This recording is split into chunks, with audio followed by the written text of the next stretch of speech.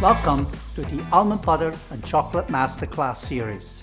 My name is Chef Robert Jorin. And I'm Anissa Dann, and this series is a collaboration between the Culinary Institute of America and the Almond Board of California. Chef, what was your favorite part of this almond series? I really like working with almond butter and various almond products to create new confections. You can find different cultural flavors. You can take any kind of combination. You can put it into the almond butter and make a confection that's going to blow somebody's mind. I was really excited when I got approached about this masterclass because I got to bring back some recipes from my childhood and make them vegan, and almond butter is the perfect way to do that because it has fats and different properties that help emulsify, everything you need for good vegan baking.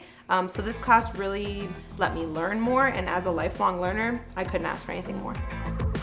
So, we really hope that we were able to inspire you to use almond butter and chocolate and get some really wonderful creations for your customers.